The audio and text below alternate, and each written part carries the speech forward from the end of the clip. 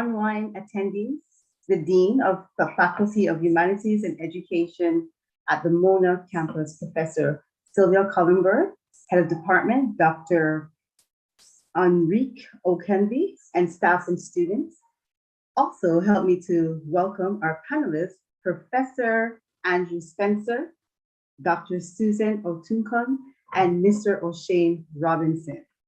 I'm Dr. Lisa Tomlinson, and I will be chairing today's session entitled Tourism and Identity Construction in Post-Colonial Jamaica. As a tourist hub, Jamaica is uniquely positioned in its offering of tourist products, and we can certainly say this for the entire Caribbean, from community tourism, luxury resorts, ecotourism, to heritage sites. Jamaica has been blessed with a wide range of tourist facilities. And let me not forget our intangible tourist products, like our music festivals, arts and craft, and our culinary delights. This evening, our presenters will highlight the influences in the tourism economy, such as socio-economic growth and community development, and address questions about how we can diversify the tourism products in our parishes by authentically promoting, protecting, and preserving the various heritage sites to benefit the local community by providing income generation opportunities and stable employment. Before I go to the panel, let me please kindly ask all participants to include your first name and last name in the side panel on the right side of your screen if you haven't done so yet.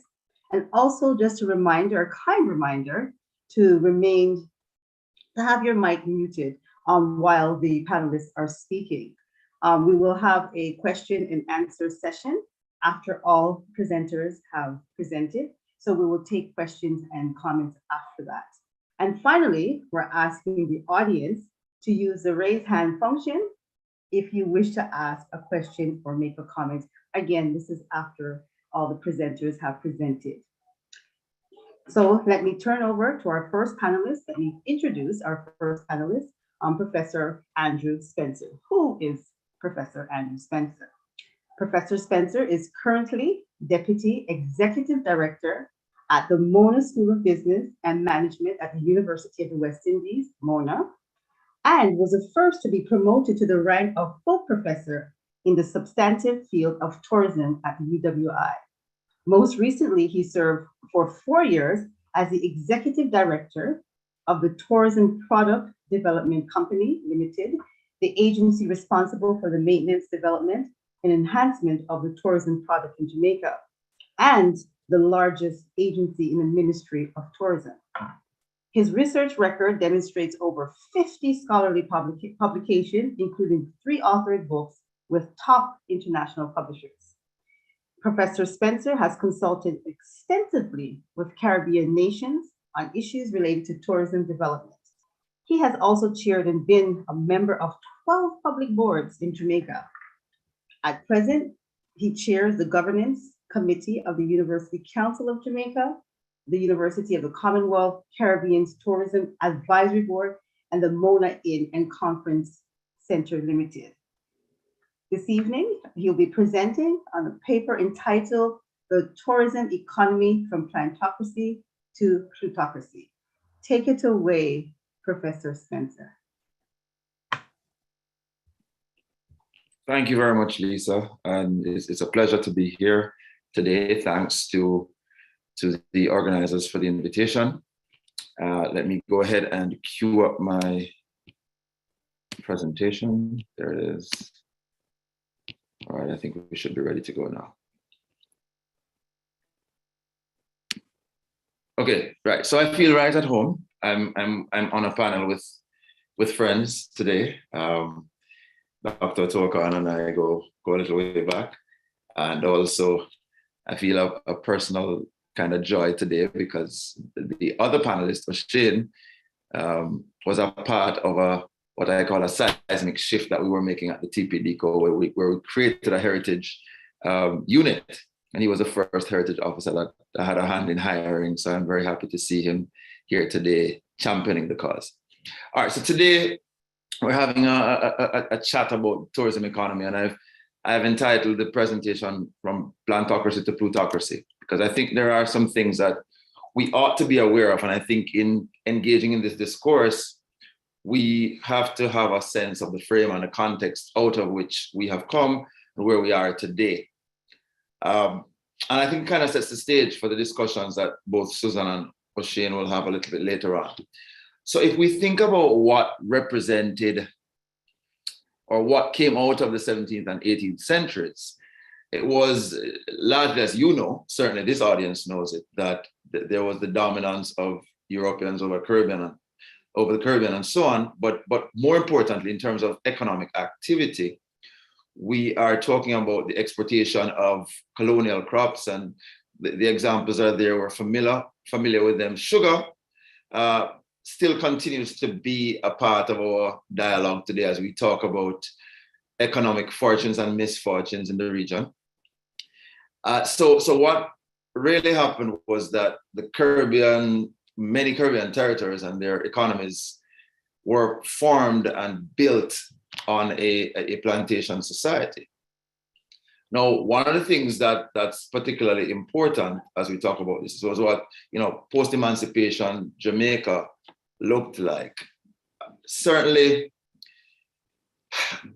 even with emancipation, a lot of what happened in terms of the sugarcane industry, that remained the primary export, but we started to see some things happening.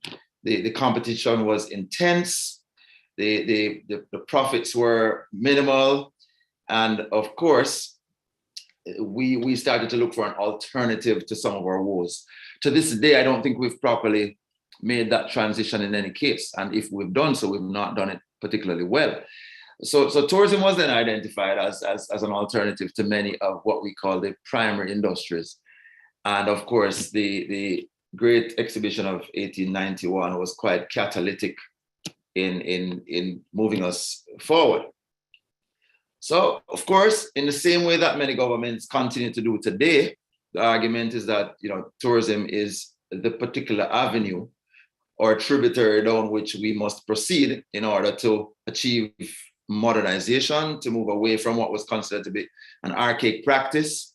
And of course, this important one, a tool to alleviate the poverty facing islands, Jamaica in particular. Coming out of that exhibition, though, we started to see the early beginnings of public-private partnerships, and of course, the emergence of the neoliberalist ideologies started to influence how we looked at economic development. Now, this gets even more interesting when you start to think about how we then develop tourism, because I had a discussion with someone recently about tourism as a monoculture. And in many ways, we've developed tourism along one particular path. And a lot of what I'm saying here is going to lead us right into a discussion about mass tourism and what that has meant for us as a country and in some ways as a region. But when we started to focus on these three S's, and the S's have seen many iterations, but these have been at the core of how we have developed the sun, the sea, and the sand. And then there was a lot of discussion about whether these provide any sort of inimitability or whether they allowed for any competitive advantage. But countries tended to go down that path nonetheless, because this was also very attractive to foreign direct investors and multilaterals. And so, and I deliberately bolded these points because tourism economic growth started to now be built on, principles surrounding giving massive incentives that favored foreign investors over locals. And so in some ways too, tourist boards which belong to the destination were felt to be serving at the behest of the foreign investor and the foreign enterprise over that of the nation which it represented. So again, as we talk about what this rise of plutocracy looked like, so a lot of the foreign direct investments that came created a space that was largely reliant on large-scale hotels on the island, a lot of them owned by transnational conglomerates and so on. coming out of Europe and North America. I should make a point though that about 10 to 15 years ago, Jamaica used to boast that it at least had the majority ownership of its room stock. That changed significantly with the major Spanish investment that came to the island. So, if you look at leakage rates, that always is a concern when you talk about foreign direct investment and where the power base lies in terms of our own tourism economy. And so it's felt that, Jamaica, for example, says it wants to move to having a leakage rate as low as 30%. That's 30 cents of every dollar. We're not there yet. We have a long way to go. So let's look at the issue of tourism incentives and what that has meant in terms of our economic development coming out of the tourism space. Again, as I mentioned before, quite disproportionate in terms of how we treat the foreign investors compared to our own local investors. Now, many times it takes very little for someone to trigger in our space an additional incentive. In fact, one of the acts or one of the agreements indicated some time ago that all you had to do was build 5 more rooms each time to extend, in some cases, your 10-year holiday or a particular incentive. So we started to see a lot of this happen, and it created a lot of angst surrounding whether tourism was really having the impact it was touted to have as a diversion from the primary sectors. There's an argument too that there's a great deal of collusion with the wealthy investors to ensure that the control is maintained for a few, while in the main, the nation and its economic development continues to be stifled. Let's look at employment issues, because that's a major part of any discussion surrounding the economy. And I think there's always been an argument that every time there's a major hotel development, for example, that jobs are created and that we're providing all of this employment. Again, the employment created has to be assessed in terms of its own quality and what it means for people's livelihoods and their quality of life. But at the end of the day, a lot of what happens coming out of hotel developments is that construction in particular gets a big boom in terms of that short-term kind of labor, and then we see it fall off quite a bit. Just to give you a little bit of a broader perspective, if you look at employment data, for example, out of Trinidad, for tourism, and Trinidad is still quite embryonic in its tourism development. There's an argument that, it says the tourism sector represents 2.6% of total employment. And that's a WTTC statistic. But look at this overall, look at this decline. And one can understand, of course, with the recent events, why that would be the case. But not only are people moving away from, but they have actually engaged long-term in other industries that they consider to be more beneficial to them. Again, corporate investments. I think it's important to engage in a discussion surrounding corporate investments and what this means in terms of the social inequality that's created, some degree of social exclusion, and also the marginalization of residents in this process. There's some work that I find quite interesting. I mean, if you think about the kinds of jobs that go to residents, and there's an argument too that even the ones that go to residents of a particular hue, and that even the higher paid jobs tend to go to expatriates. And of course, a lot of these social biases lead to the brain drain that takes place, and therefore we see the flight of our workforce. But there's an argument that tourism has reinforced, as it did in a plantocratic space, this notion of a social superiority of an elite class, and it continues to perpetuate that. Now, just very quickly, I go into Doxy's model. Won't dwell on it too long. It's one of my favorites because I think as a seminal piece, it has withstood quite a bit of scrutiny. And basically what Doxy speaks to is the inclusion of residents in order to avoid a kind of movement from the initial euphoria and excitement surrounding tourism to apathy followed by not antagonism yet, but more a degree of annoyance and then open hostility and antagonism. We have actually looked at how we have treated our spaces. In Jamaica, this is interesting. All but 19 of the island's 488 miles of coastline had been privatized by 1992. That's an important bit of information. It paints a picture about the control and the ownership and how tourism has benefited and who tourism has benefited. So I think a lot of this speaks to some of the tensions that emerge. Again, the biases which exist can be likened to plutocracy, because there's a feeling again, and many have referred to tourism as a new form of slavery, where the real benefits are extracted at a very high level, and that the filtering of these benefits do not take place to the extent that they should, and multiplier effects are minimized because of how we have structured the development of our industry and how it interacts with our economic models. So mass tourism, we could not avoid having a discussion about that, because the truth is that mass tourism is very resource erosive, and it uses up a lot of these resources in a very unsustainable way. And this ties in very, very well with this discussion about plutocracy, because that inherently does not save anything for future, but it consumes everything in this moment for its own benefit and forgets about the notion of intergenerational equity. So the mass tourism model generally is felt to be short-sighted, although I've always said to individuals that mass tourism inherently is not necessarily a bad thing. If an area has the capacity to handle masses, and if it has been so designed without some of those spillover social effects to neighborhoods and communities close by, then mass tourism can be a model worth pursuing, although we've seen Cancun fail in that regard as well. So there are other elements that need to be considered, and then these become subpar because we're consuming all of our resources to pump into a particular model of tourism, healthcare, education, and so on. And standards of living ultimately suffer.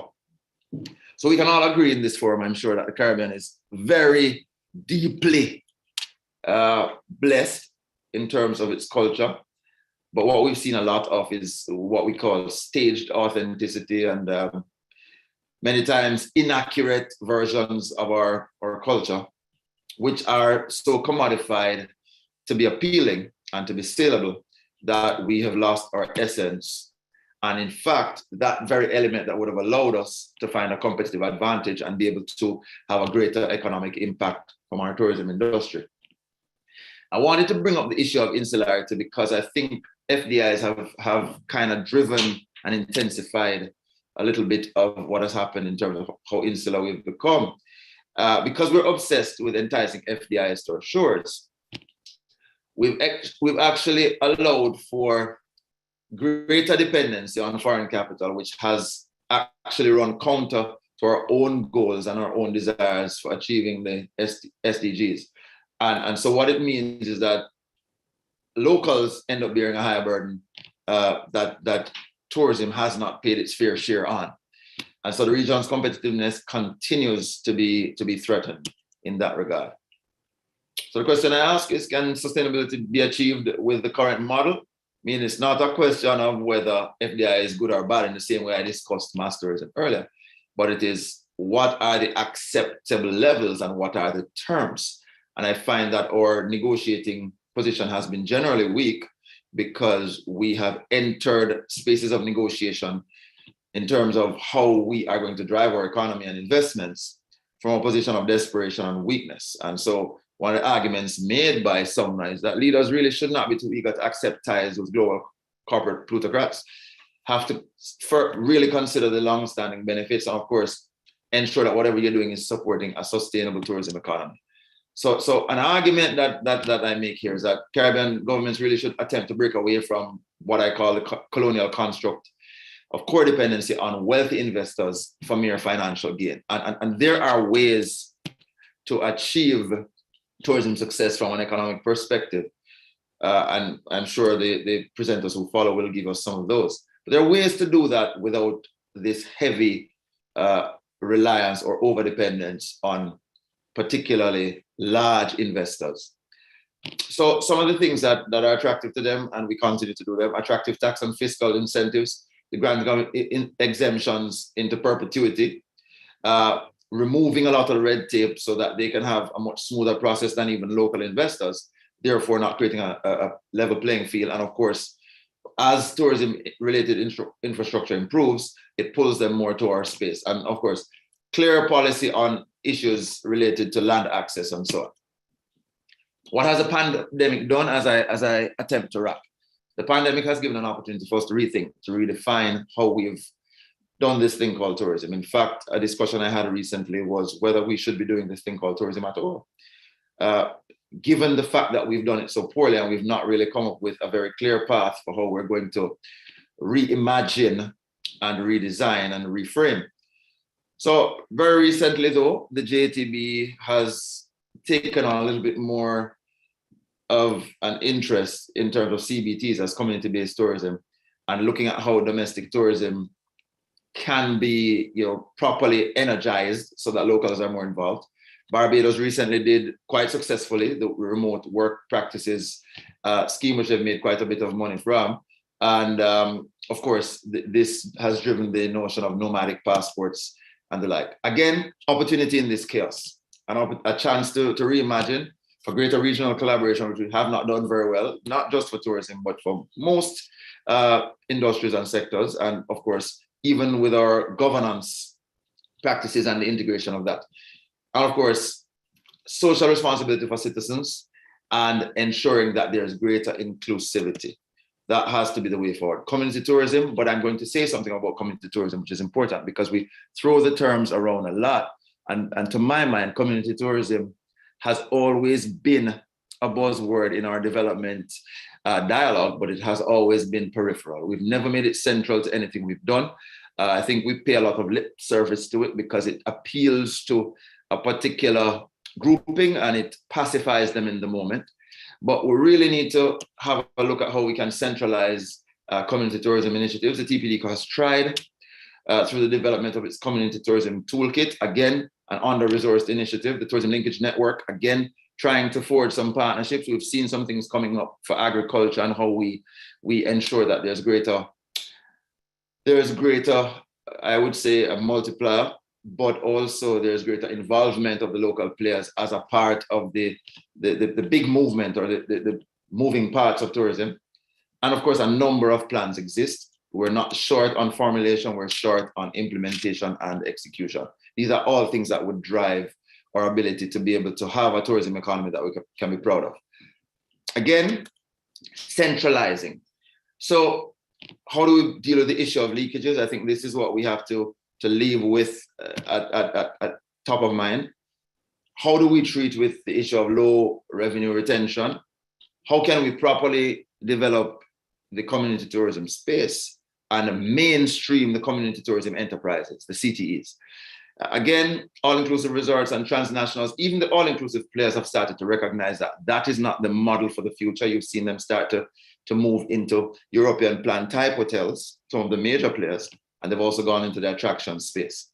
Again, we have to take a look at preferential rules that benefit wealthy investors and many times foreign investors. How do we treat with that? And so in closing, what we need is that there must be robust and inclusive community participation, real participation, not simply stakeholder engagements to check the boxes and say that we have consulted. We have to have more integrative processes. Community tourism has to be integrated in the mainstream of what we're doing, providing greater access for the CTEs. And Dr. Tokan and I have talked quite a bit about how we deal with issues of access, but of inclusion and not being prohibitive in the things that we are insisting upon, which will always be barriers to having CTEs properly integrated.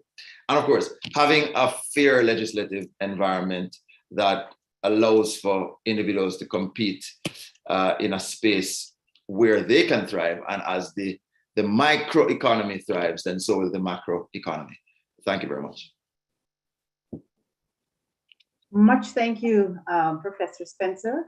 I'm looking forward to the discussion later on. You raised some very important controversial points on this idea of privatization. I'm hearing indigenizing and also investment, but at the same token, I cannot help but thinking about exclusion. So I look forward to getting into that discussion. Much thanks again. So we're going to turn on over to Dr. Suzanne Atuokon. But before we do that, let me tell us a bit about Dr. Atuokon. Dr. Atuokon is an environmental consultant with 30 years work experience. She's the executive director of the Jamaica Conservation and Development Trust, an environmental non-governmental organization, delegated management of the Blue and John Crow Mountain National Park and World Heritage Sites.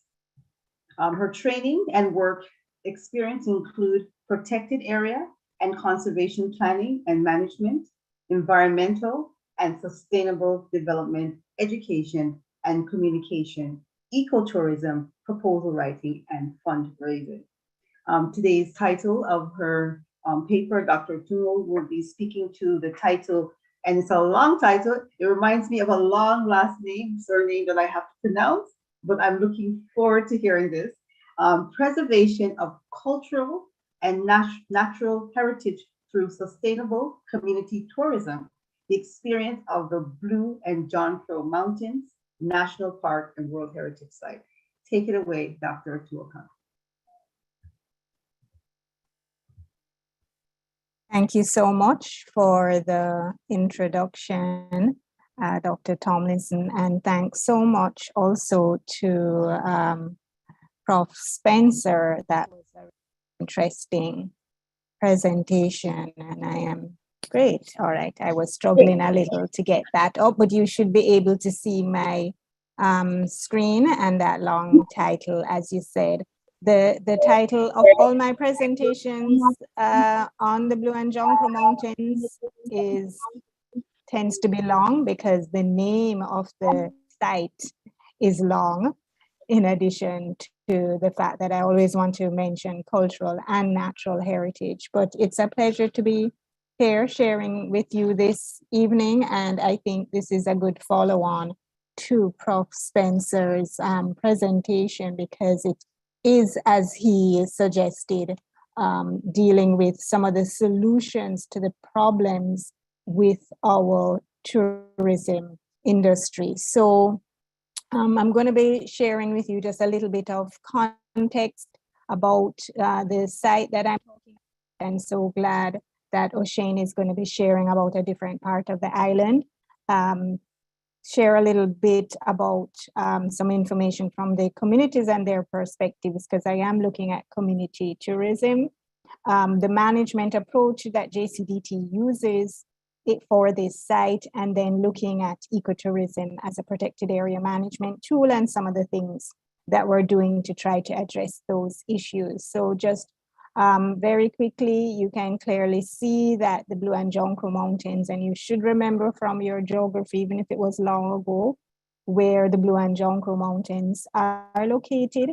The national park was designated in 1993 on top of the Blue Mountain Forest Reserve, and it's just over 40,000 hectares, so a very large and extensive area. And here you see the boundary again, closer up, but with a red line. The inside of it, that's the World Heritage Site, which was inscribed by UNESCO in 2015. And this 26,000 hectare area is actually the core preservation zone of the national park. And for those of you who visit Holywell, it's actually around this location, if you can see the arrow pointing. So Holywell is actually outside the World Heritage Site. And I mentioned the World Heritage Site because it's a big deal. We don't hear a lot about World Heritage Sites in Jamaica. The Blue and John Crow Mountains is the only one. If you look at the global situation, currently there are 897 cultural World Heritage Sites 218 natural World Heritage Sites, and only this small fraction here, 39 in total. And so the Blue and John Crow Mountains is one of only 39 mixed World Heritage Sites. So it's a big deal for a small island developing state, Jamaica.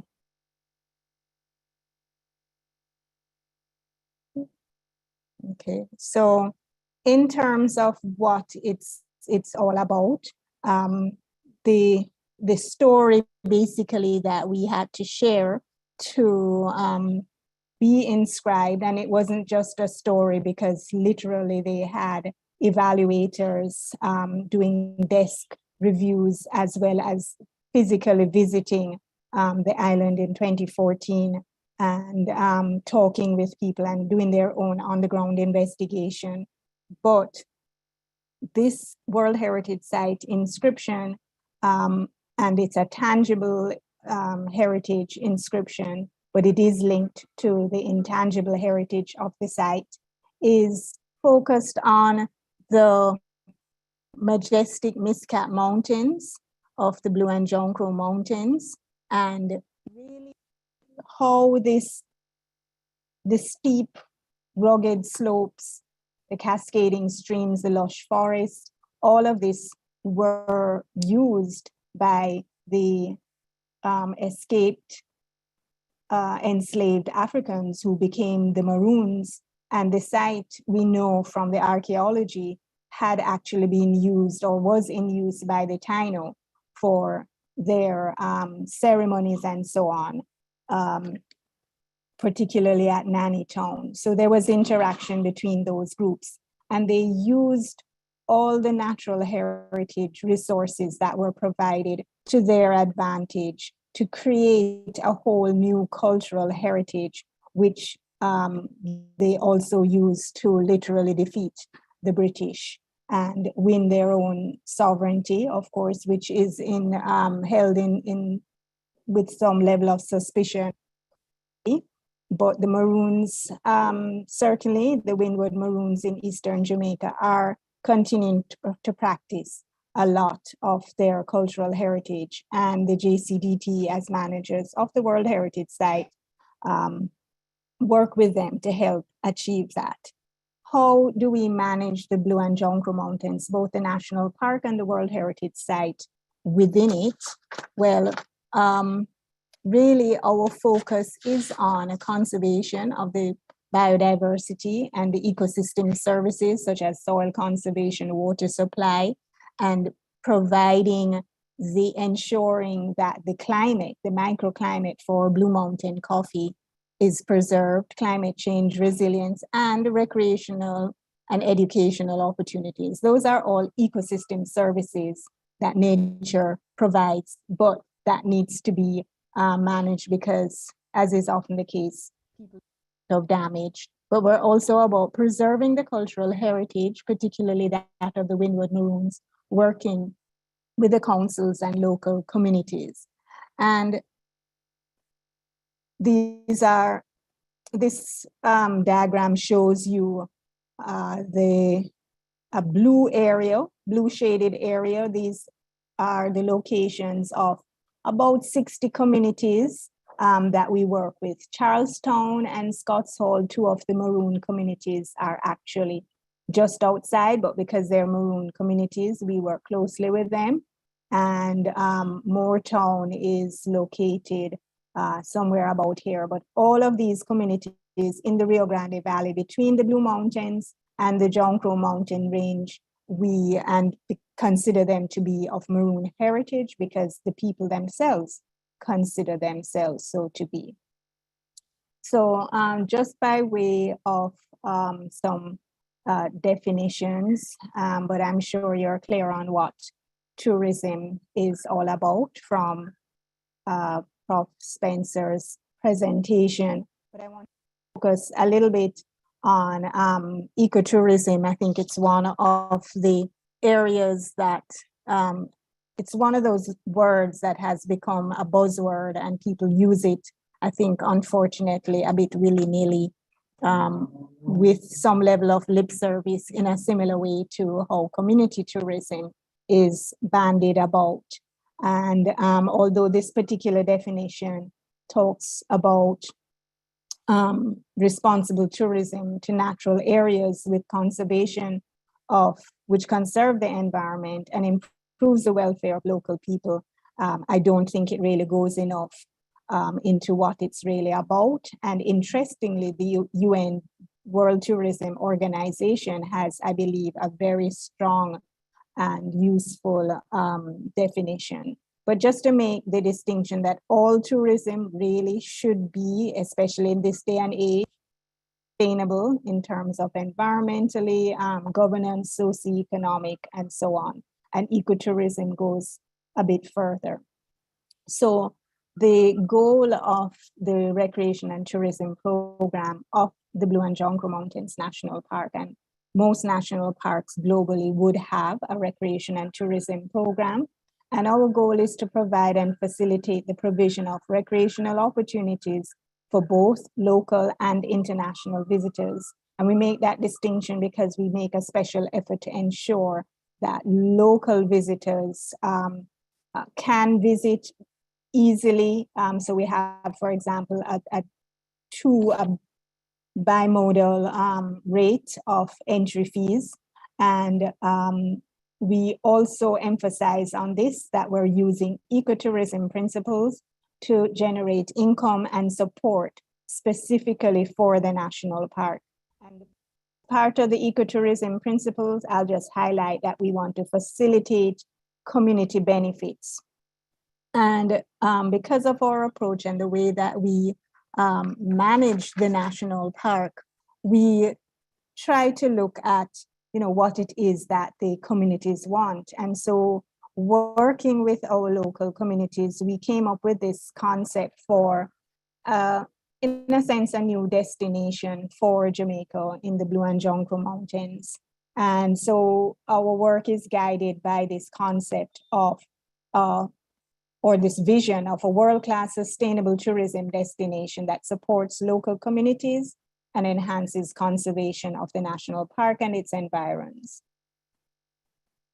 And we focus on communities around the national park, particularly close to our recreation areas in the Hollywell area and the Peak Trail area, and also Maroon communities. So what I'm going to share in a second is really about our work with the Maroon communities. If you look at tourism trends, nowadays, people are searching for authentic experiences, and they want to, as it were, meet real people. They don't want to just have a show put on for them. They want to experience the culture of the area that they visit. They want to participate.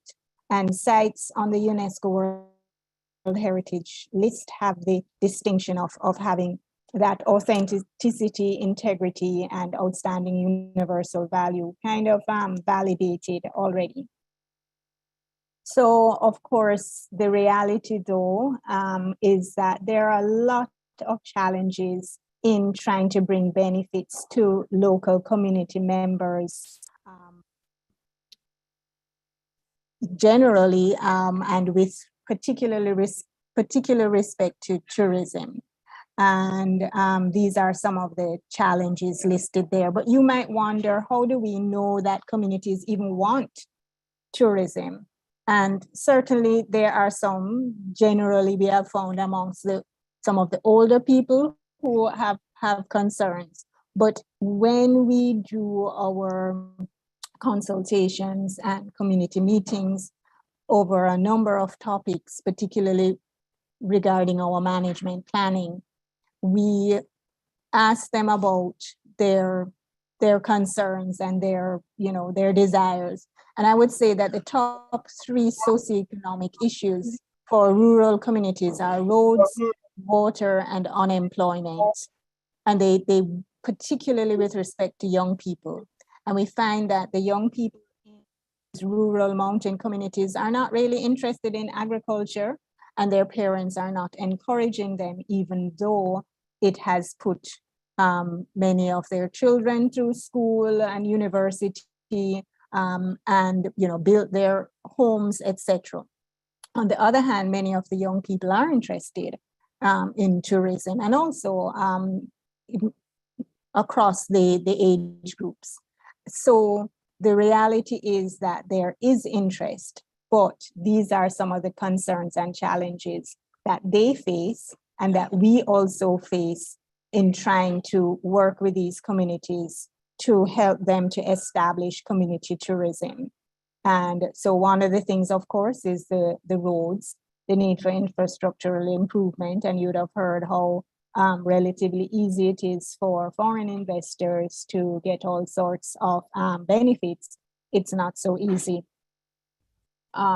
Community tourism, it's not easy for JCBT, and we have, staff and various professionals, but it's not easy to fill out all the forms and meet all the requirements that need to be met.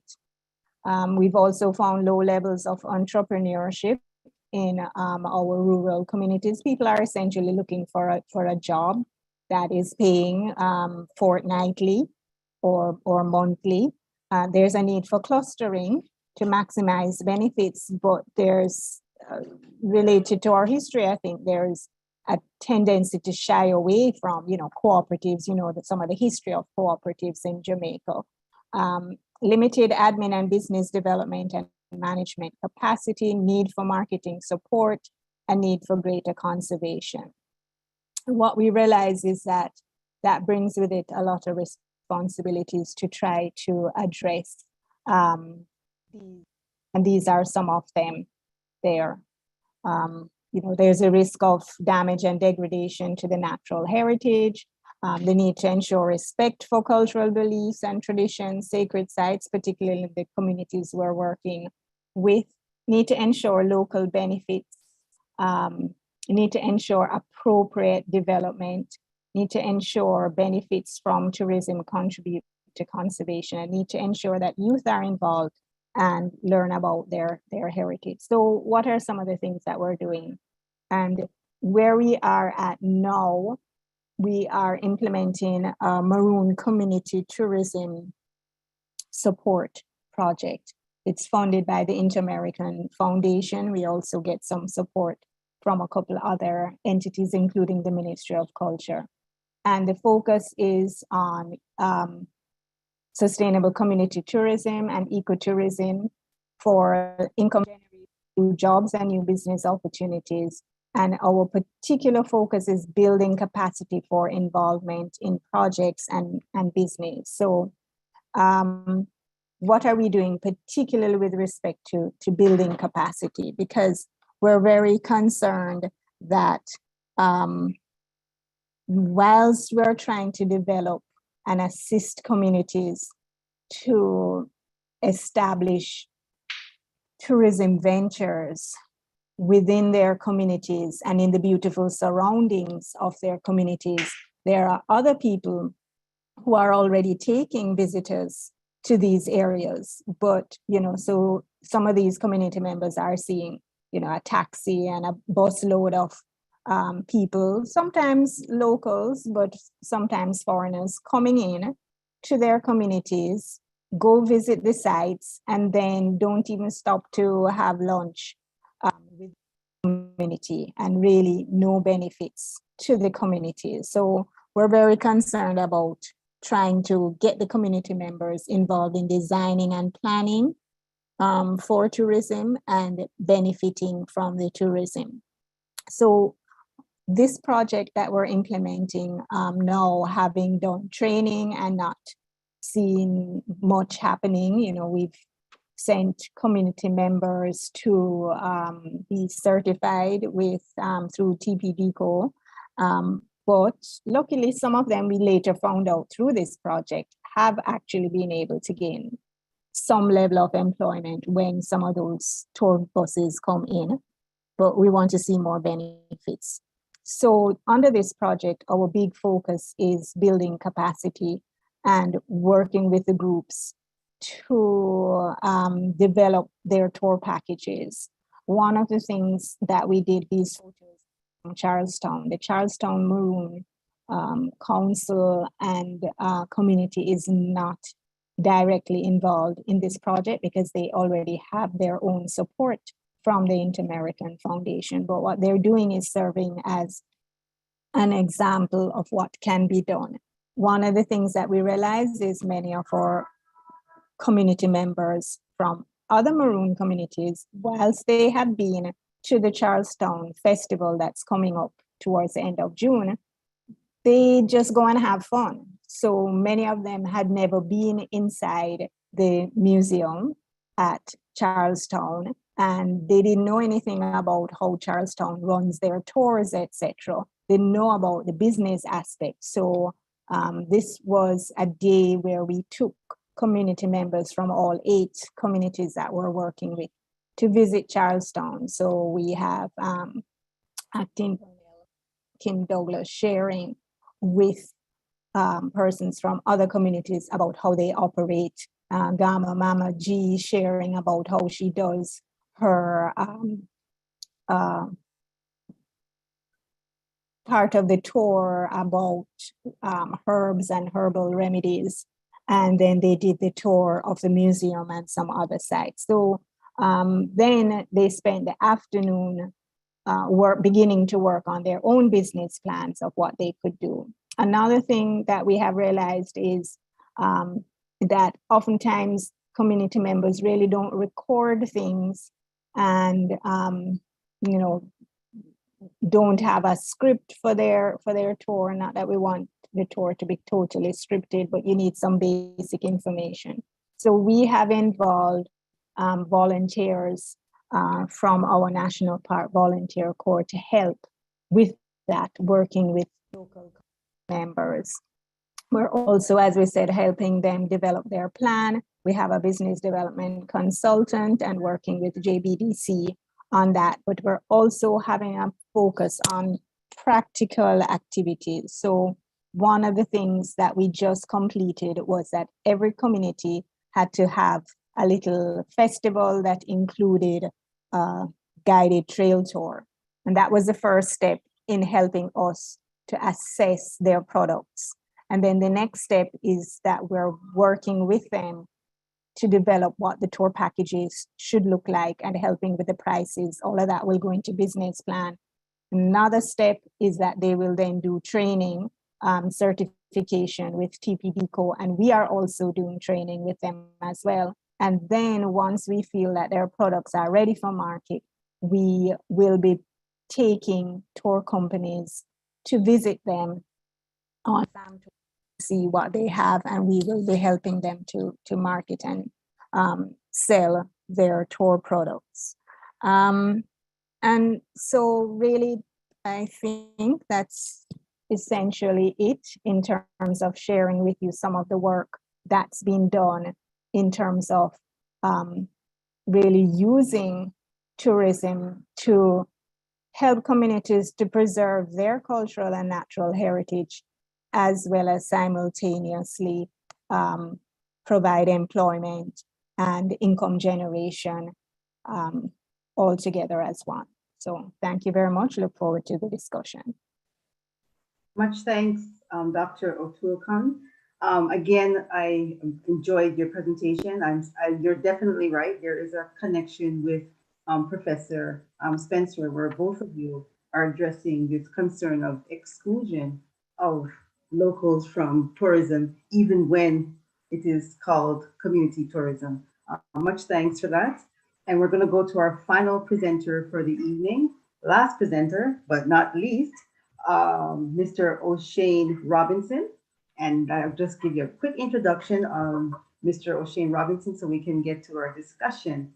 So Mr. Robinson is currently pursuing his Master of Arts in Heritage Studies with the Department of History and Archaeology at the University of the West Indies, MONA.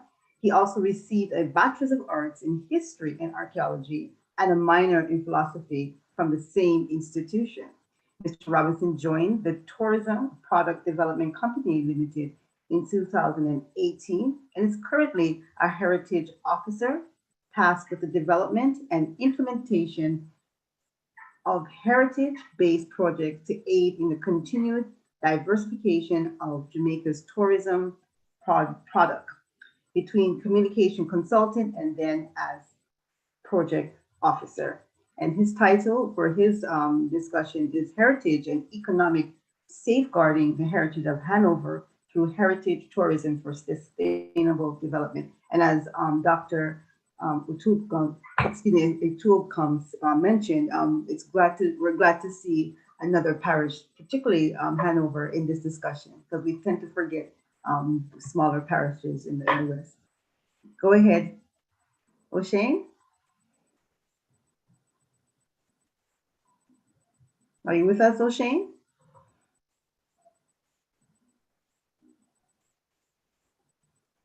Can you hear me? Yes, I can hear you. We can't see you. Okay. All right. Just a second while I share the screen. No problem. Okay. So, as mentioned, my paper looks at the diversification of the tourism product using Hanover as a pilot project. Dr. Spencer spoke a lot about most of the things that I have when looking at Jamaican tourism. So I will skip over some of the stuff that was mentioned by him, but I will begin with the Great Exhibition of 1891. This was seen as the first major push by the government of Jamaica to promote tourism within Jamaica. The region's journey into tourism can be traced to about the 1920s, but Jamaica extends way before that, when plantation owners used to winter in the island to escape the harsh winters of Europe, and they would check on their estate, and you have other wealthy persons coming to travel. Over the last three or four decades, tourism has seen a sustainable growth in the development of tourism-related activities and infrastructure globally. The new millennium carried with it profound interest, and various governments and travel agents decided to focus a lot on figuring out how persons spend their time. We have with the Great Exhibition, this is a picture of the facility that it was held. This is now the auditorium at the Wilmer's High School for Boys. Through this initiative also, the Hotels Act was passed in 1890, and it facilitated the creation of 5 hotels, 3 in Kingston and 1 in Monegan, 1 in Portland. This is a postcard associated with the hotel that was downtown Kingston, the Myrtle Bank Hotel. From there, we have a lot happening in Jamaica. Our tourism product really picked up in the aftermath of the 1970s, where we had the social unrest and the all-inclusive model took off. When that continued on and the product continued to grow, we saw, even before that, we had the establishment of the Jamaica Tourist Authority in 1910, and that was the forerunner of the Tourist Trade Development Board, which later morphed into the Jamaica Tourist Board. These continued all the way up into what we now have, and barring the COVID pandemic, and I'll get to the image on the screen in a short while. Before the onset of the COVID-19 pandemic, our country over the past 10 years had achieved 36% growth, which is 6 times the rate of the total economic growth, and it contributed 8.4% to the GDP, with indirect contributions pushing it up to 18%. We saw where in 2019, the labor force, persons that were directly employed to the tourism sector of Jamaica was over 117,000. And by the onset of the pandemic, it was 170,000. And because of the pandemic, that number fell to 17,000. And with all the lockdowns and everything that happened during the pandemic, we found that our economy suffered tremendously. And globally, tourism lost over $1.3 trillion, and resulted in approximately 2 million jobs being lost. So with tourism playing such a significant role in the economy of Jamaica, it prompted the government of Jamaica to push for the safe reopening of the sector. And one of the methods used was the Resilient Corridor. As you can see on the screen, this was the first phase of the Resilient Corridor, which stretched from Portland all the way to Westmoreland. The second phase of the Resilient Corridor covered sections of the South Coast that have significant tourism activities. Following that,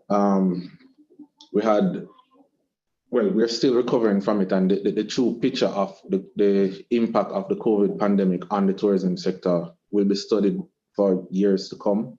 And I, for one, look forward to the various literature that will come out to show the before, the during, the after, and how we as a nation use the downtime to actively seek to diversify our product even more to prevent stagnation. Dr. Spencer mentioned the Doxy Iridex.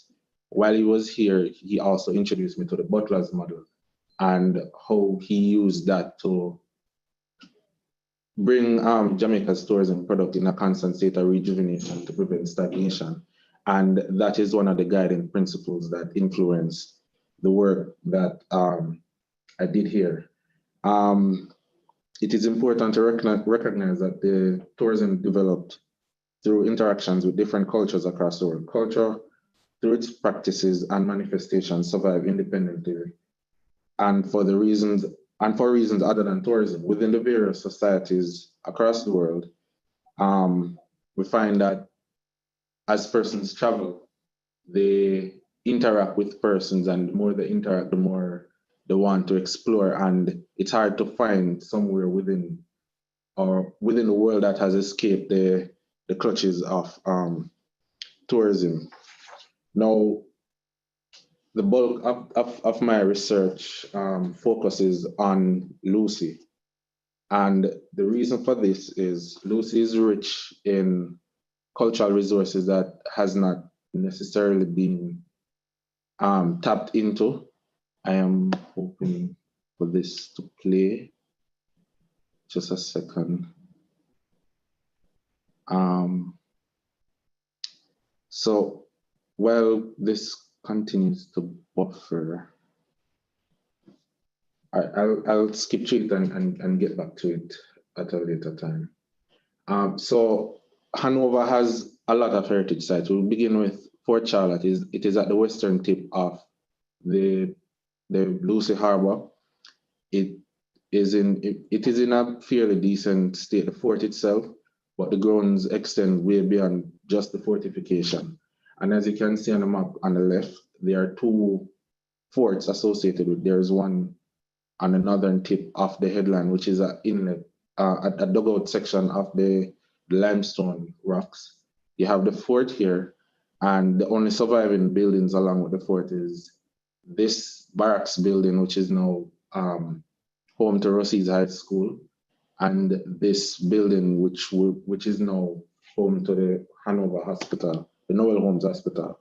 This is another drawing from the National Library of the fort, but it is not as detailed as the previous one. I suspect that this would have been before the expansion shown in the previous map. This is the state of the armory at Fort Charlotte. A few years ago, the garbage was being stored inside the armory, and somebody lit it on fire, and this is the current state of it. The cannons at the fort are in a deplorable condition. One has all but completely deteriorated, and there's one here that is on concrete pillars that is in need of conservation and also to be removed from the concrete pillars. This is the only cannon that remains fully intact, and the fort has spaces for 23 mounted guns. This is a photograph of Rossi's High School when the entire school was at this location. It was also a boarding school at one point. This building is currently the 8th grade block, but it was the home of the former inspector of police for the parish.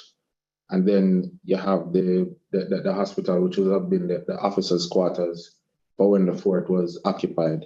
It is now the administrative block, and I believe a part of it is the maternity ward for the hospital as well. You have the parish church and also the Old Gall. It's currently being occupied by the Jamaica Defense Force. They have it as a base. It is said that there was a wheel, a poorly constructed wheel that the persons that were sent to the workhouse would have had to walk on. These are 19th century homes that are still in existence in the town. This is the Presbyterian Church. As you can see, not a lot of alterations has taken place to the structure over the years. This is the Lucy Old Courthouse. Interestingly enough, it was meant for St. Lucia, but it ended up in Lucy, and the residents pulled their resources together and paid for it to remain in the town. You have the Lucy Methodist Church. This was not the original location of the church. It was moved here at some point between 1911 and 1912 after a hurricane destroyed where it was. And Rossi's High School and the fire station was also housed here. At this property, there was a 2-story structure with Rossi's on top and the fire station on the first floor. But after the fire, the school was moved up to the barracks by Fort Charlotte, and the fire station went behind the courthouse. We have the Baptist church that sits up on the hill. And by the way, all of these sites are within maybe 20 minutes walking from the Baptist church all the way to the fort. We have here a list of all the slave ships that came to the Lucy Harbor because it was a slave port. I managed to track down the name of the ship, the owners, the captains, the crew, how many crews they left England with our the states. There is one that left from Jamaica, there is one that left from US, and the rest left from England. There was also an intra-American trade in enslaved Africans, and Lucy was one of 5 ports that enslaved Africans left from Jamaica to other parts of the Americas. Here we have a list of all the individuals from Hanover that were absolved of criminal liability as a result of their participation in the Christmas Rebellion that ultimately led to the abolition of slavery. The persons here are listed by the estate that they were housed on, and also if they were free. Only 3 persons on the list did not have any. The record didn't indicate if they were owned by anyone or if they were free. Just their names were given. At the end of slavery, there was only 44 active sugar estates in the parish. I managed to track down the list, and it gives a complete breakdown of the amount of males, females, and how many persons within the grouping of enslaved Africans went through the apprenticeship year. Of the 44 estates, only 1 estate did not participate in the apprenticeship period. Other noted events that took place in the parish during the American War of Independence, there was a uprising. There was the plot for a slave uprising in 1776, which led to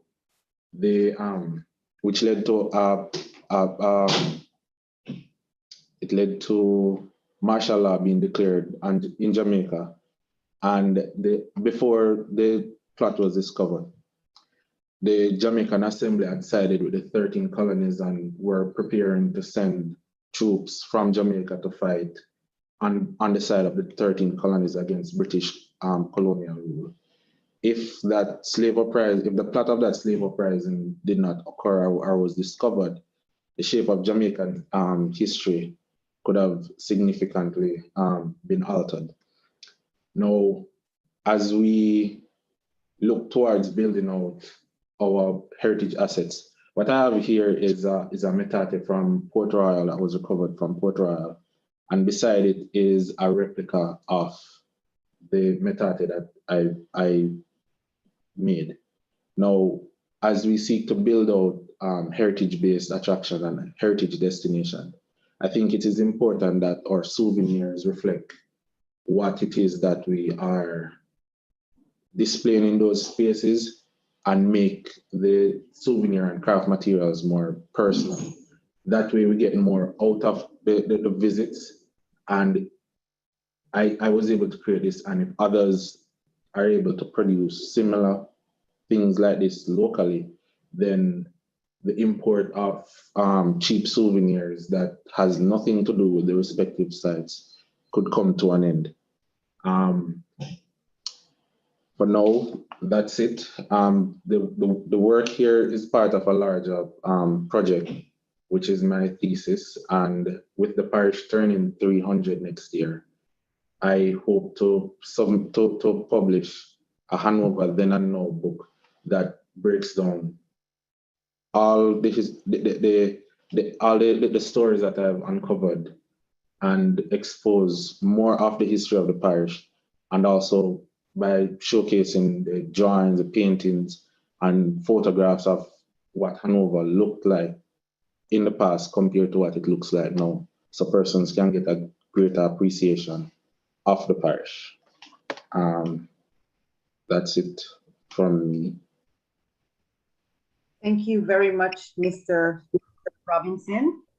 And I would like to applaud all the presenters this evening, Professor Spencer, Dr. Otukon, and yourself. I really like that you brought in Hanover, because we, again, oftentimes forget about Hanover. It's so overshadowed by Montego Bay and to some extent Trelawney. So I'm really glad. I always remember this joke about Hanover, you know, so I'm glad to see Hanover being represented here. And I'm going to take some questions. I'm going to remind everyone, if you can please use the raise your hand feature or function.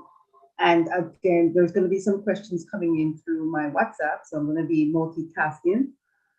And if you just want to make a comment, feel free as well. I will make an effort to look into the chat box. So I'm going to start off. Before I take any question, I just have to do this. I see someone that I have not seen for 10 years. I just want to hail up, big up Professor David Trotman from York University. And hello, David, I see you. I haven't seen the name or heard anything. So I'm glad to see you here. Alrighty, so enough of that. Are there any questions and comments? I'm checking my WhatsApp as well to see if there are any comments throwing out. I see Dr. Goss. Go ahead, Dr. Goss.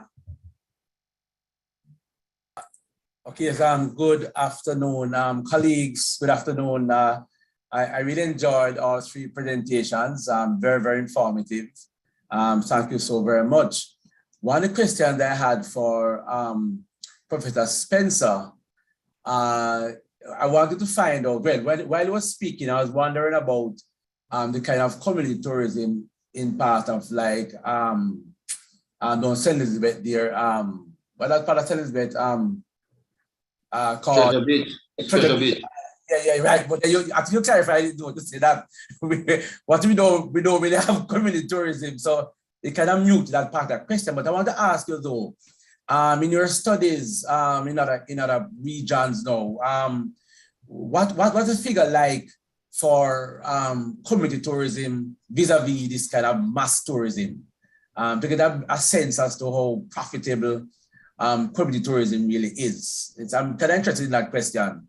But I like the way you actually, destroy the myth that what we have in that community tourism to a great extent.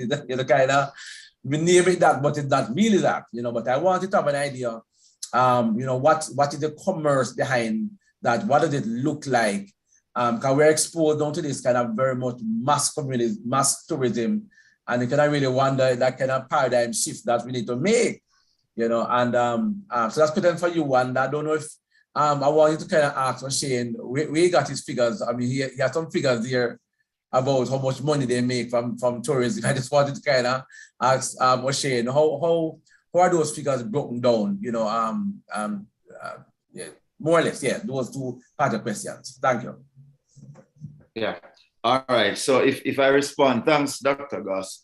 I respond first of all to say, I hope I didn't give the impression that there is no glimmer of hope in terms of how we practice. So in fact, I think Treasure Beach provides a good example of how a cluster can work beautifully. And we're actually trying to replicate something like that in St. Thomas.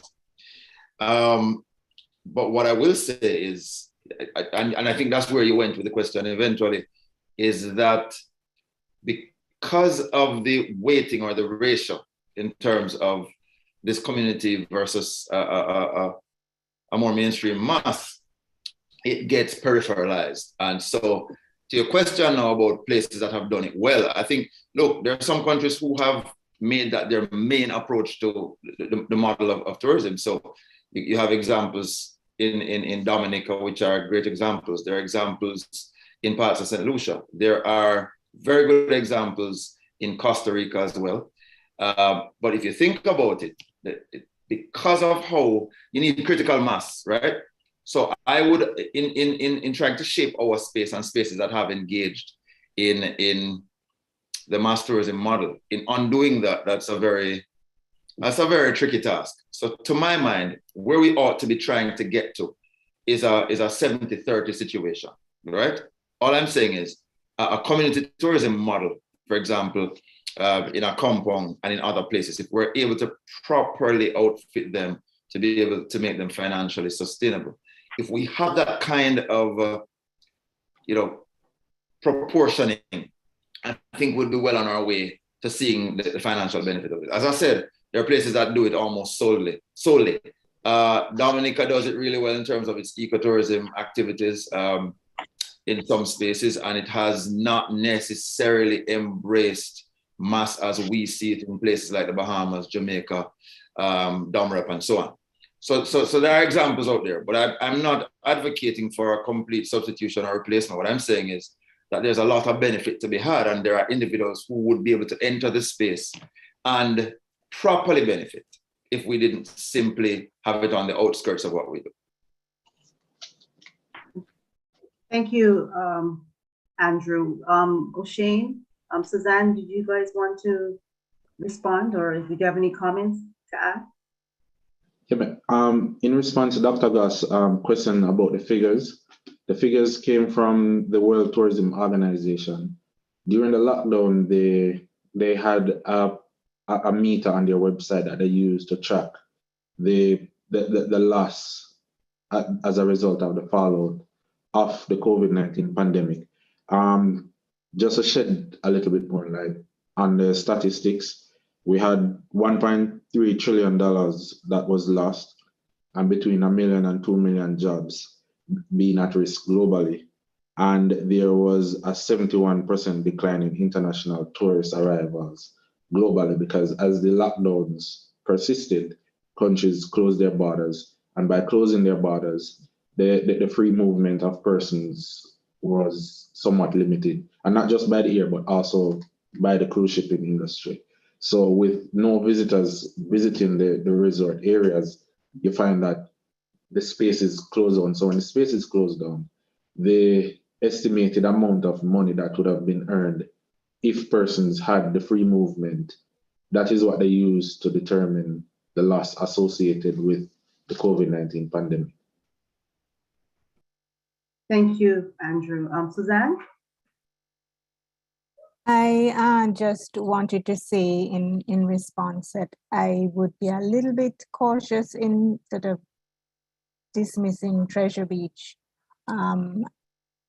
community tourism as not being community tourism. I do think that there are some good examples from from the Treasure Beach area. I don't know that we should just label Treasure Beach as a community tourism destination. I think that might be going too, but there are some good examples there. And I think also we have to be very realistic at the same time, because in my discussions with local community members, particularly in rural Jamaica, where there is really very limited, almost no tourism, what they're looking for is jobs, right? And they're looking for not to start a business themselves and not to run a business and have those headaches, but to be able to go out and earn something on a regular basis. And so I think that we have to be realistic too, and that where we can find investors, and note in the Rio Grande Valley area, there are a lot of returning residents who are doing some good things in their community and working with their local community members. So I think there's a range of opportunities. Thank you so much. And before I take your comment, Curtis, I'm just going to go to the YouTubers just to welcome the YouTubers for joining us. And a few comments. One of the comments of Maurice Dinhead, I'm looking forward to the book on O'Shane. Keep up the great work. And some other comments, O'Shane, you have a fan club going on YouTube out there. Great work, and they're proud of you. All righty, go ahead, Curtis. And again, feel free to type in if you have any comments in the chat box. I'll be happy to read them. Go ahead, Curtis. Okay, thank you very much, Susan. I want to thank all the presenters for very interesting presentations. But my question is directed to Prof. Spencer.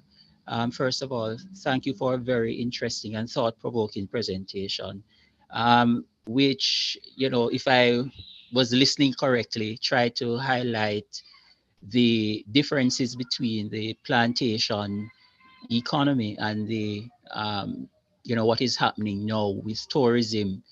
But one of the things that struck me about your presentation is the extent to which both the plantations and the tourist industry have actually been controlled by plutocrats.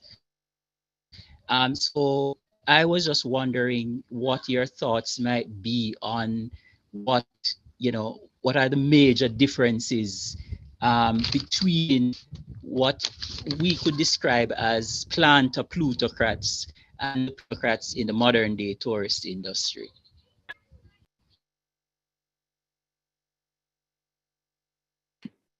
Yes, thank you very much. Actually, what I was actually identifying and highlighting were the similarities.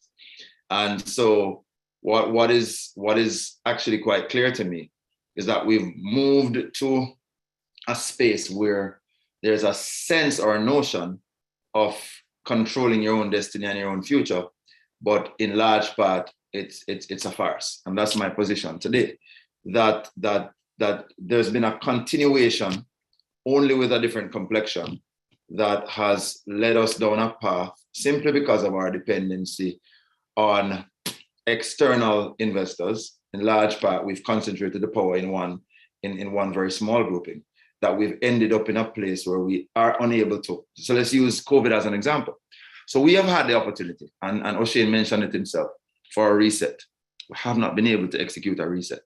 We've started up, we're starting to do things like we used to do them, simply because we don't have a lot of flexibility for that kind of resilient activity. And a lot of that has to do with some of the earlier handicaps that came out of that plutocracy and that continue to be perpetuated today. So I would say that there are more similarities than dissimilarities. If I had to identify one thing that was a little bit different, was obviously we have started to add credence to education and training and human capital development around the tourism and hospitality industries. And what that has led to is the ability of individuals to, on a micro level, determine a little bit of their destiny in terms of being able to export some of that talent. And a lot of them have actually gone and done well for themselves. And so that kind of liberty exists. But if you look at the macro situation, I don't think we're that far off in terms of characteristics from what previously existed. Thank you, Andrew. O'Shane, Suzanne, would you guys like to add to that or respond? No? Okay. O'Shane? All righty. No response. Okay. Dr. Spencer. Well, I have a comment in the, or question or comment in the chat box from Rosalie Macria. She says, thank you for your interesting and informative papers. This question asks, why is the National Gallery Museum complex not a part of Jamaica's tourism platform, given the more conscious and culturally concerned visitor today? Anyone like to take a shot at that, O'Shane? I would beg to differ on your perspective that they are not a part of it. I think they are. The issue is positioning. The National Gallery is based in Kingston, even though they have a Western chapter in Montego Bay. You find that the majority of the items are in Kingston. You also have the Civil Great House, you have the Greenwood Great House, and you have Rosal. And to an extent, you also have Good Hope and so forth. Now, the issue with it though is it boils down to promotion, marketing and promotion. And we lack a first world state-of-the-art museum, especially within the tourism belt on the North Coast, so that it is easily accessible to visitors. Yes, we have Port Royal now being a cruise shipping destination, but Port Royal has its own unique cultural legacy. I go back to the image I show with the souvenir, the metate. That metate came from out of the water at Port Royal. Yesterday was the 330th anniversary of the devastating earthquake that destroyed Port Royal. What have we done as a nation? Nothing.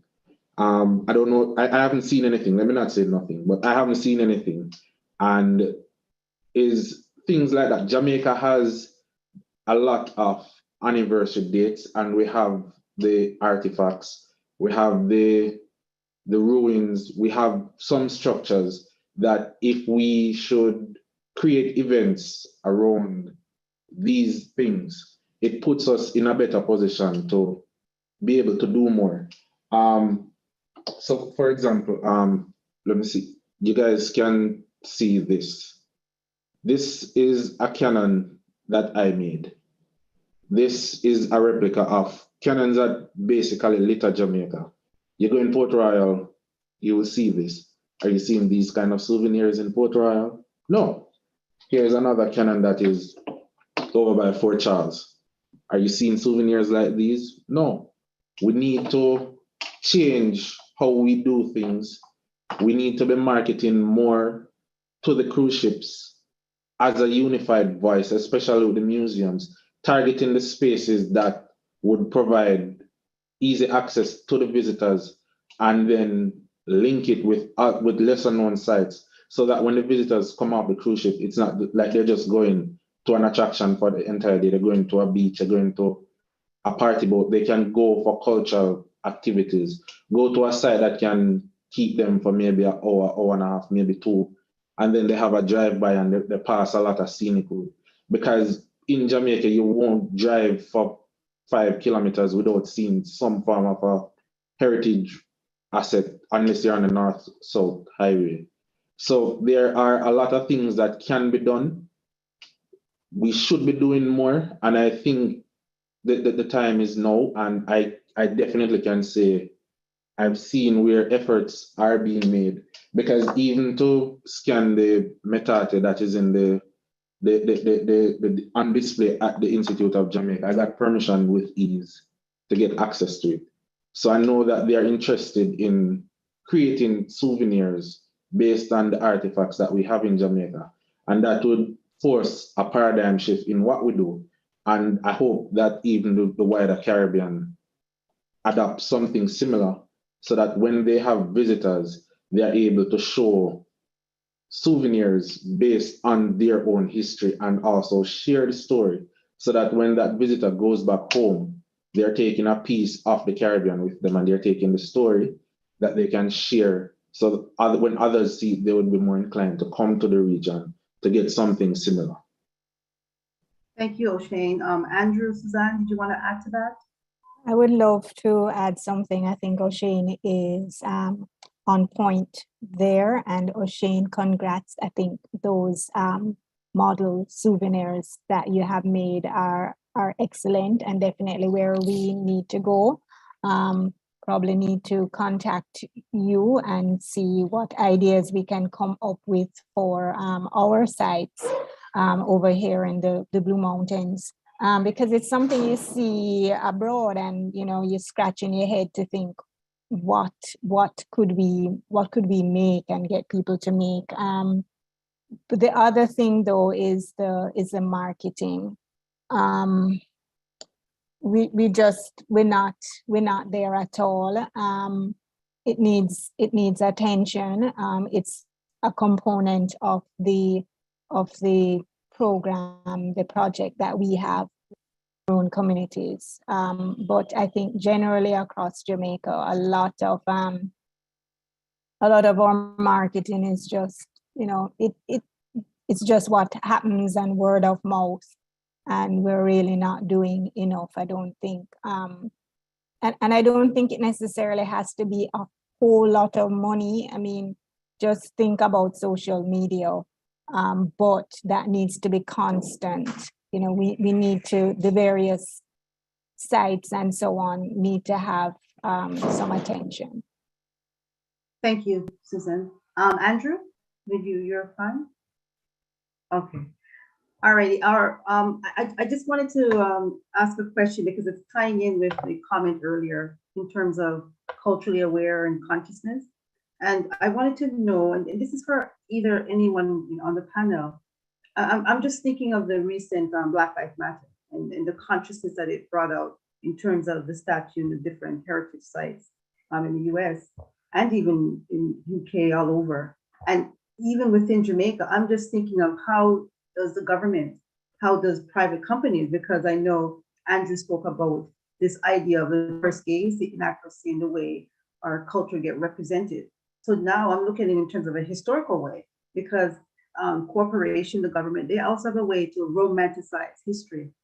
And this history now, because of this consciousness that we've had through the Black Lives Matter, how do we balance, if we're promoting heritage and culture, how do we balance, like, for example, in Falmouth and some of the heritage site that you pointed to, the history of slavery, when we are speaking to a predominantly white tourist, tourist audience.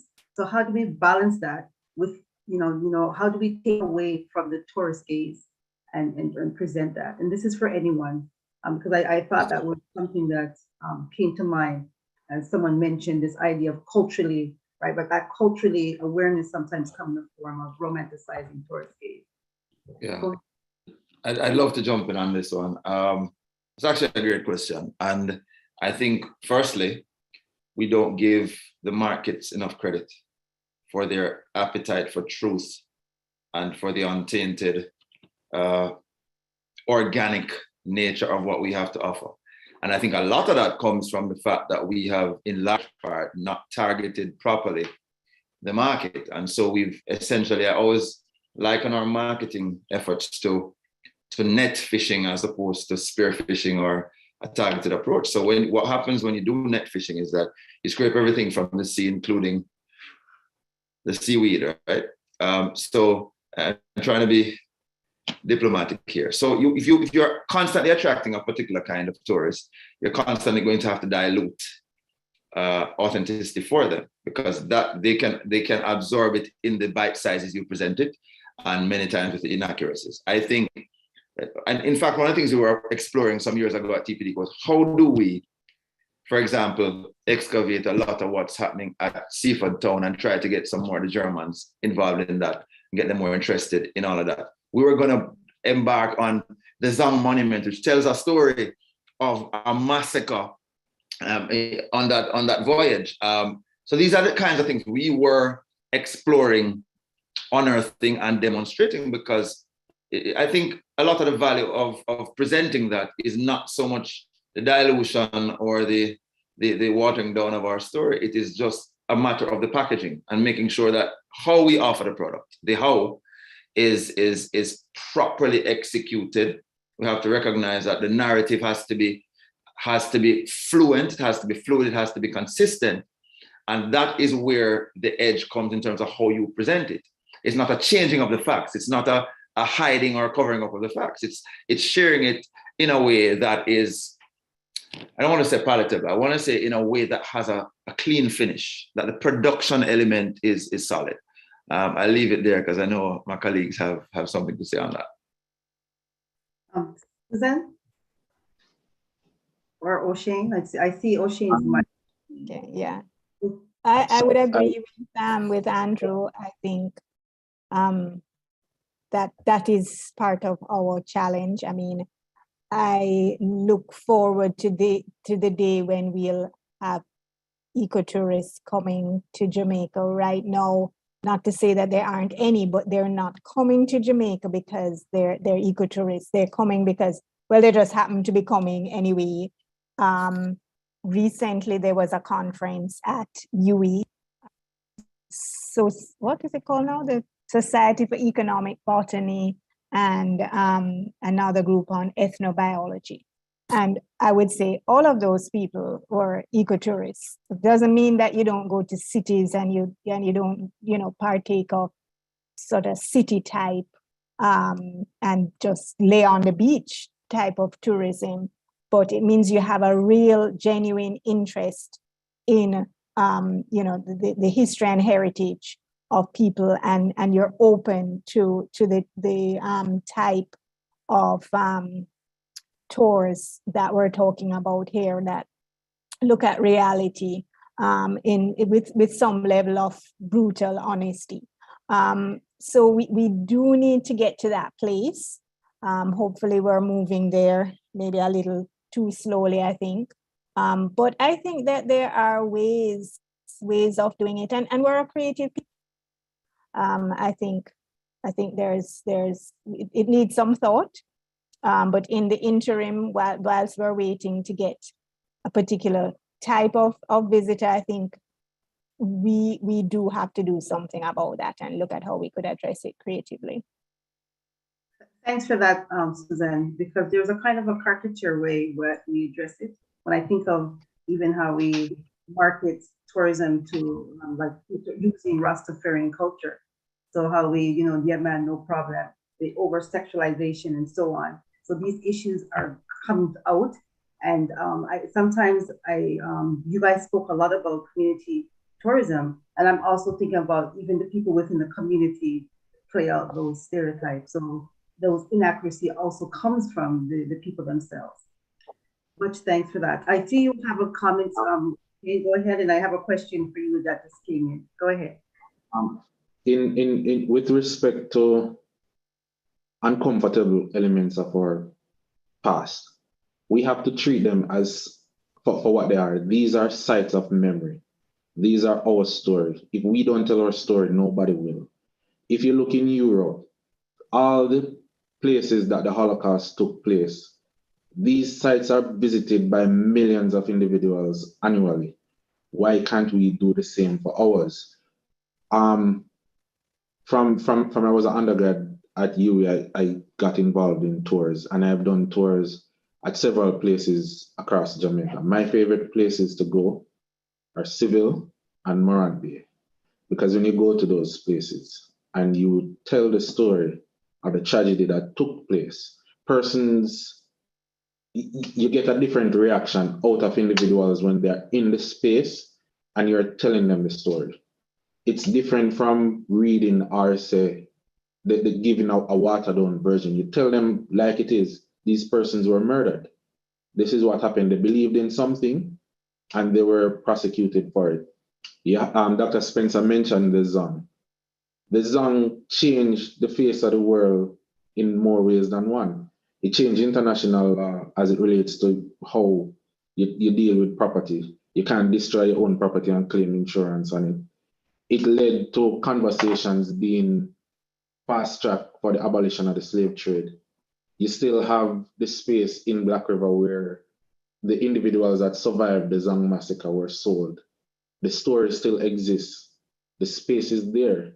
It's for us to tell it, because and we keep assuming that persons in the international market don't want it, but they do. If you should leave Jamaica and you go to other countries where they have had mass massacres and those type of things, you will see memorials. When you go on the tours, you hear the stories, and the tour guides they don't hold back. But we within Jamaica, we tend to hold back that story, not realizing that this is what persons want to hear, and this is what they would have read about, and they want to come to interact with the space. So when they come to the spaces and the story is being watered down, they don't feel connected to it. So this is something that we as heritage practitioners have to embark on. And another note, you don't really find a lot of heritage practitioners venturing into the tourism space, but you have a lot of tourism practitioners venturing into the heritage space, and they're willing to sacrifice the authenticity to ensure that they make their money. So we have to find a balance to ensure that what we do is for the betterment of the country and for the advancement of our cultural heritage, so that future generations can know what was and what is, and use it as a guiding force as we continue to move forward as a nation.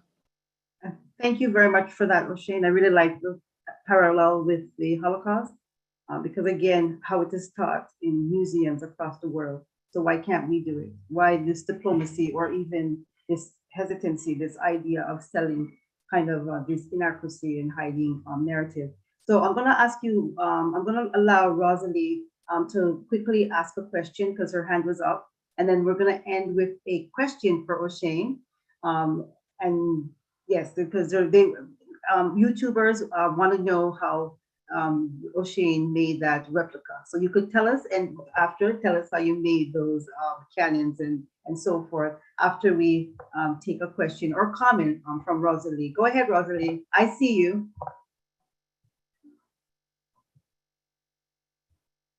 You still there, Rosalie? Rosalie?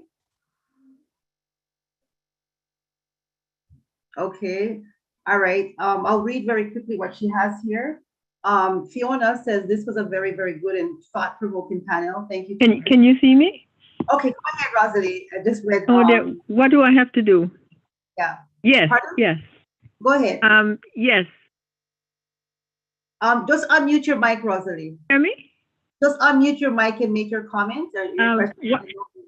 You wanted to say something.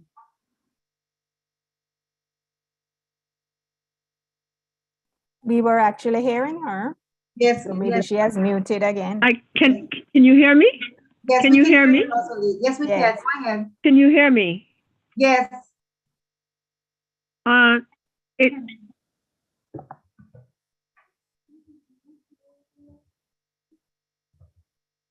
You're muted again, Rosalie. One more chance. One more time. Unmute your mic. We are hearing you. Just ask the question or make the comments. Thanks.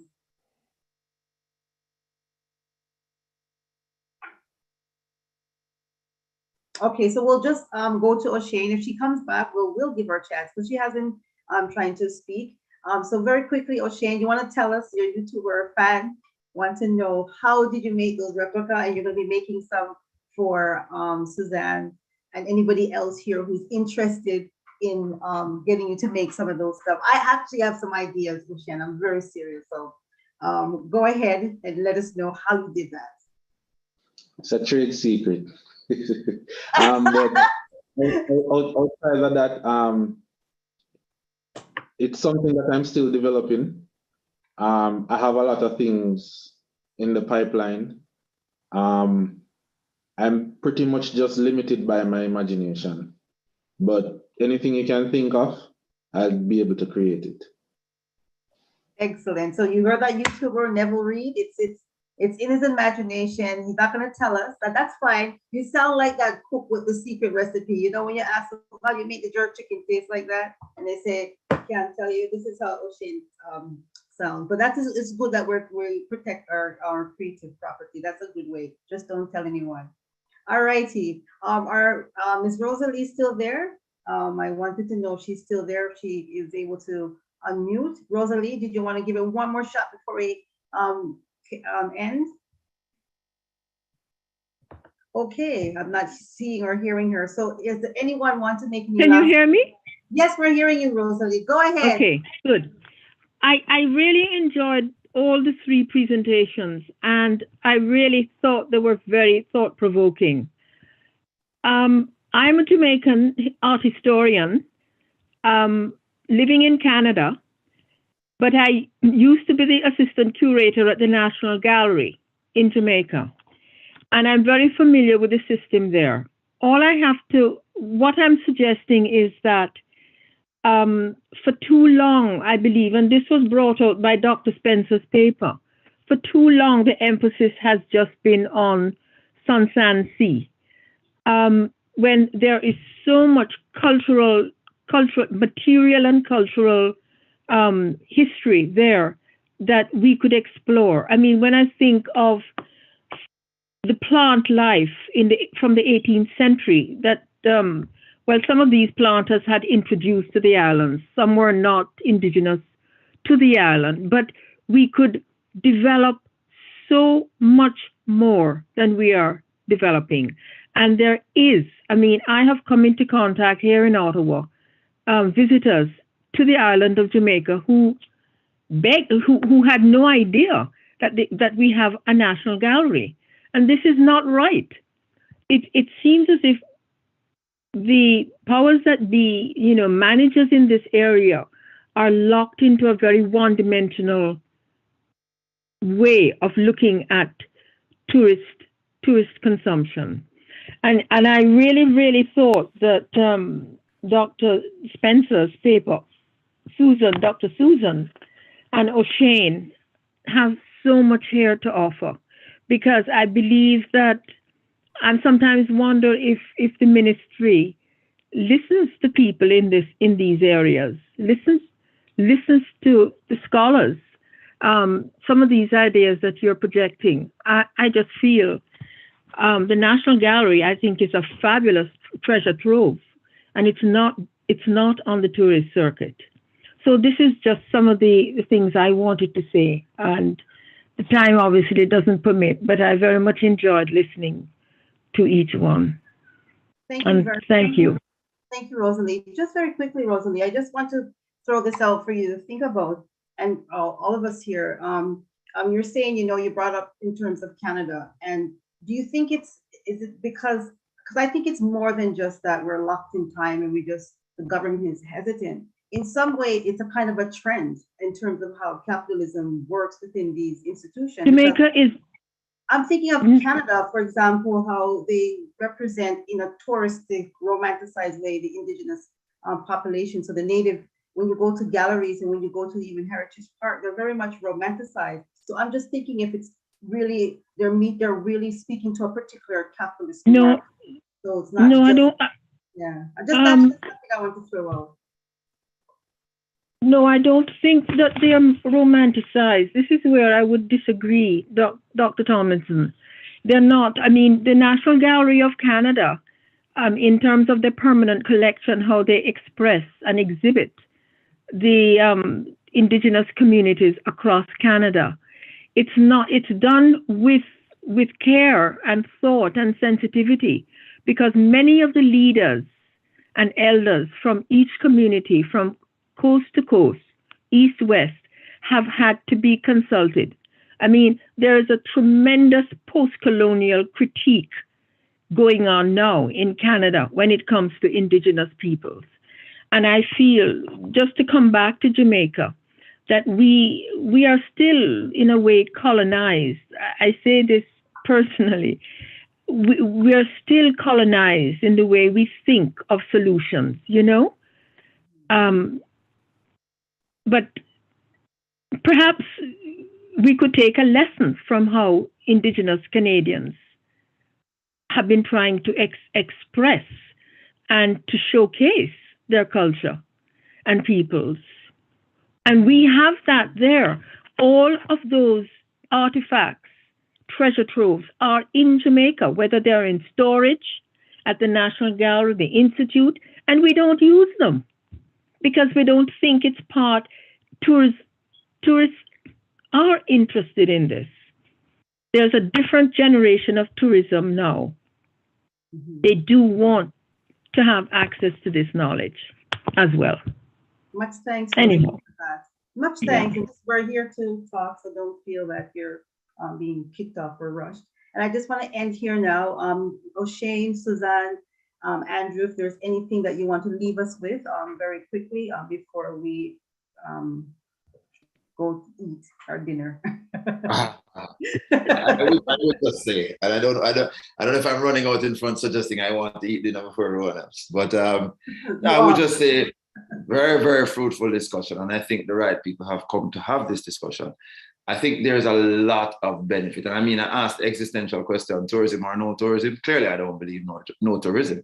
I'm saying no more of this kind of marginalization of what's real, no more of this kind of marginalization of the people who ought to be central to driving us to new levels. And I think we have an opportunity. We've talked about it. We've beaten this horse. I think it's time for us to get on it and ride the horse now. And I think we can move forward very briskly if we simply have the will to do it. Thank you, Andrew. Suzanne, and then O'Shane. Yeah, I don't want to end on a negative note, but I wonder about that will to do it. I think we're doing a lot of the talking, and I mean at the national level. But I think though we have seriously begun to put things in place at the various relevant agencies, particularly the Ministry of Tourism and its agencies. So, and I think there are people there who know what to do, and partnerships, we can make it happen. Go ahead, O'Shane. All right, so I really enjoyed this this panel. I've worked closely with Dr. Spencer and Dr. Otokon on many projects. I've learned a lot from both of them. Dr. Spencer with understanding the tourism elements associated with Jamaica and how to effectively diversify the product. And he challenged me to dream, basically, when he was here. And a lot of what I presented today is a result of that. I've had a lot of other persons championing my various projects. With Dr. Otokon, I learned a lot from her through World Heritage. I was the youth representative in Germany when the Blue and Janko Mountain was inscribed on the World Heritage list. And that experience also shaped a lot of what I do. I believe that things are changing compared to when I entered TPDCO as an intern to where I'm at now. I must say that considerable progress has been made from where I sit. You guys are a lot older than me, so you have been in it. Why would you think that? You are doing so well, O'Shane. You are doing so well. Why would you think that, O'Shane? I mean, what I'm trying to say is you guys have been in the industry for a very long time, and you would have experienced various levels of frustration. But as a young person coming up in the sector, I am happy with the changes I've seen, because I've seen the stagnation of it, and I've seen where progress is being made. So I'm just basically saying, don't give up. It's coming, and if somebody like myself or other young persons interested in the sector reach out to you, because every time I reach out to any of you guys, I get the help that I want and the clarity and suggestion on how I can do things, and everything has benefited me. So I'm just basically saying, don't give up. If you see something happening that you say is the same thing coming again. Help us as the next generation so that we can be guided to take the product to the next level. Thanks much, O'Shane. I like the way you ended it. We're not older, we're more experienced. So for the more experienced viewers and audience, press on. And I just want to end here now. And Fiona made a very valid point. She said that, you know, much of what all three of you have said is more or less the template. This is a template for the government to work with. And she's hoping that this is also being discussed on a regional level, because this is also connected to our brothers and sisters throughout the Caribbean. So I'm going to end here because Andrew is ready to go get his dinner. I could see Suzanne. O'Shane is still. So the more experienced people, we're hungry. It happens when you're in old age, right? Yes, I realize that. So I just want to thank the panel and the online viewers for taking the time to participate in what was a very provocative and a very diplomatic. This is the first, I know history people are very diplomatic, and you really thought-provoke in a very diplomatic way. So I really enjoyed that.